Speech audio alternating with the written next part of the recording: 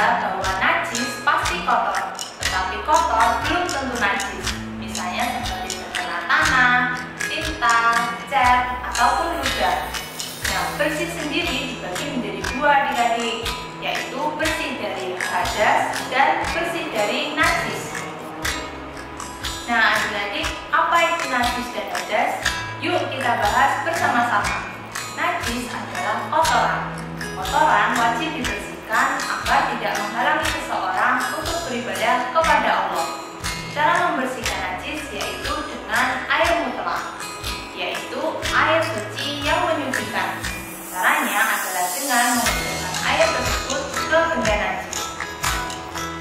Hadas adalah keadaan seseorang yang tidak suci dan menyebabkan terhalangnya seseorang untuk beribadah kepada Allah. Hadas dibagi menjadi dua adik-adik, yaitu hadas kecil dan hadas besar. Hadas kecil misalnya seperti buang angin, buang air kecil, dan buang air besar. Hadas besar misalnya seperti haid untuk wanita, mimpi basah bagi laki-laki, dan keluarnya mani. Nah, adik-adik, ketika terkena hadas kecil, kita bisa membersihkannya dengan cara berwudu.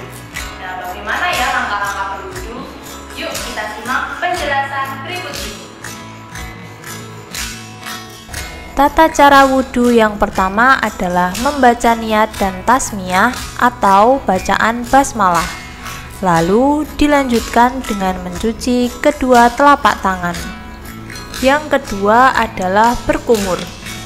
Berkumur untuk membersihkan rongga mulut kita. Jangan lupa untuk membersihkan hidung. Membersihkan hidung dilakukan dengan cara menghirup air ke dalam, kemudian membuangnya. Berkumur dan membersihkan hidung dinamakan dengan istinsyak. Selanjutnya adalah membasuh muka. Membasuh muka dilakukan dengan cara mengalirkan air ke seluruh bagian muka, yaitu dari tumbuhnya rambut di kening sampai jenggot atau dagu dan kedua pipi hingga pinggir batas telinga.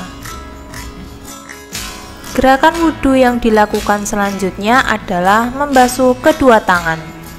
Membasuh kedua tangan dilakukan dengan cara menyiram air pada tangan sampai membasahi kedua siku. Gerakan selanjutnya adalah mengusap kepala dan telinga. Mengusap kepala dilakukan dengan menggunakan kedua telapak tangan yang sudah dibasahi dengan air. Kemudian usaplah mulai dari bagian depan kepala ke belakang sampai tengkuk. Setelah itu, langsung membersihkan telinga dengan kedua tangan. Sekarang gerakan terakhir dalam berwudu, yaitu membersihkan kedua kaki sampai mata kaki. Jangan lupa untuk membersihkan sela-sela jarinya juga ya. Nah, itu tadi merupakan langkah-langkah berwudu untuk membersihkan diri dari hadas kecil. Ingat ya adik-adik bahwa setiap langkah diulangi sebanyak 3 kali dan langkah-langkah tersebut harus urut ya adik-adik, tidak boleh sembarangan.